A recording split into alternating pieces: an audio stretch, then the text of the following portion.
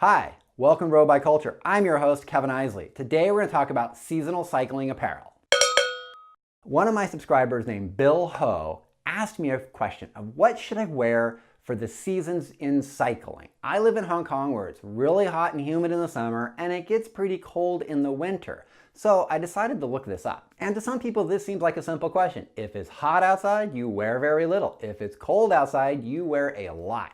But if you notice one thing about cycling apparel, a lot of people wear arm warmers and vests. We don't wear jackets very much because jackets are a commitment. When you put on a jacket, you can't take off the sleeves when you get hot, and I'm kind of afraid of commitment, so I go with arm warmer. Thermoregulation is the body's mechanism to keep your core at 98.6 degrees Fahrenheit or 36.5 Celsius for anybody not in the US, like everybody else. I live in San Francisco. I live in the outer Richmond of San Francisco, which means during the summer, it's cold. It's usually about 55 degrees and it's really foggy. And then the Golden Gate Bridge is really foggy and really windy. So when I go out for a bike ride in the summer, I usually wear a vest and sometimes I wear arm warmers. It depends on how cold it is. If it's 55 degrees when I'm leaving, then I'm gonna wear arm warmers. And the arm warmers are important because even though it may be 70 or 80 degrees in Marin where I'll actually be riding, because of thermoregulation, when I start my ride and it's 55 degrees, I'm cold. And that cold air blowing on my arms is gonna decrease the temperature of my blood going through my body,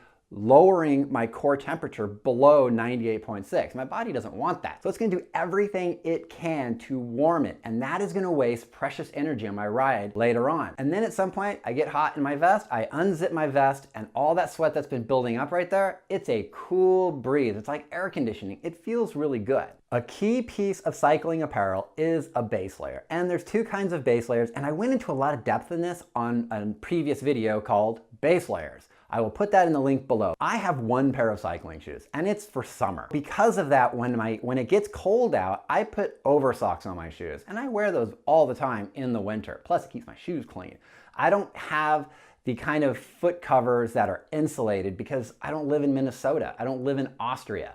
These places where it snows and it's really cold, you want to wear more insulating gear, but I can't really talk about that stuff because I don't own any of it. Everything I own is for a temperate climate, which most people would call spring, summer, fall, no winter. A couple years ago, we did a bike ride and it was 26 degrees when we started and it was 32 degrees when we finished. And I didn't have any appropriate attire. We had to cut the ride short because we were cold, we were losing energy, because I don't want to invest in something to keep me really warm when I'm maybe gonna wear it once a year. I think I'll just suffer once a year because those are big investments. The cycling vest I wear most often is a non-insulated cycling vest because I just need to keep a little bit of the brisk wind off of me when I start my ride. But they have another one where it's insulated in the front a little bit and then it's mesh in the back. And if you're wondering why that is, it's because as you're riding, we are creating wind coming on us. That little bit of insulation is going to keep that wind and cold air off of you.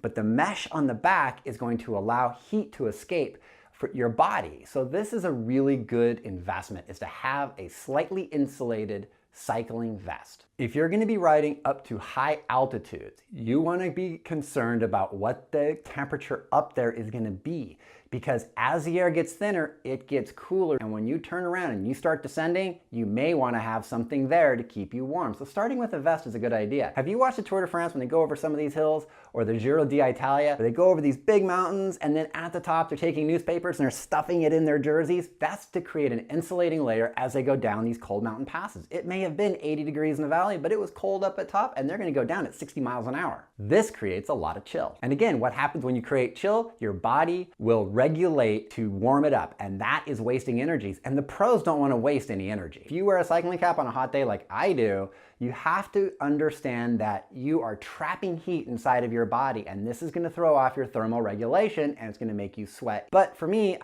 I'm getting a bald spot right there and I just don't want to slather sunscreen on it. I've done it before so I wouldn't have to wear a helmet and that just didn't work. I had sunscreen everywhere. I still got a little bit of a burn.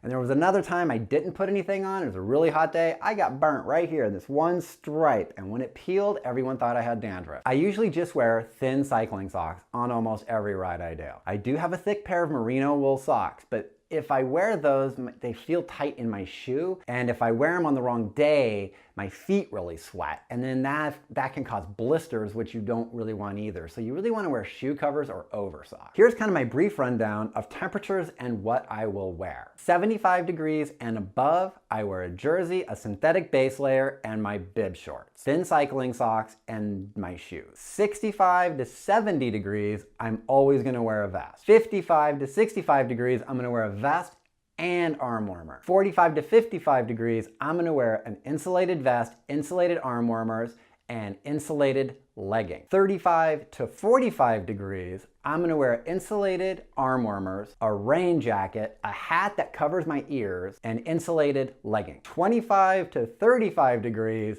I'm gonna go to a bike shop next time and buy something that will be more appropriate for the ride. Less than 25 degrees, I'm staying in and drinking hot chocolate. For those of you who live in really, really cold areas, I'd like to hear from you about how you dress on cold, snowy, icy days. Well, I think that just about covers it. Thermoregulation and the appropriate cycling apparel for the temperature and place you're riding in. If you like this episode, give it a thumbs up. If you're new to my channel, hit that subscribe button, and remember, I'm on Twitter, Instagram, and Facebook. Until the next time, I hope to see you out there on the road.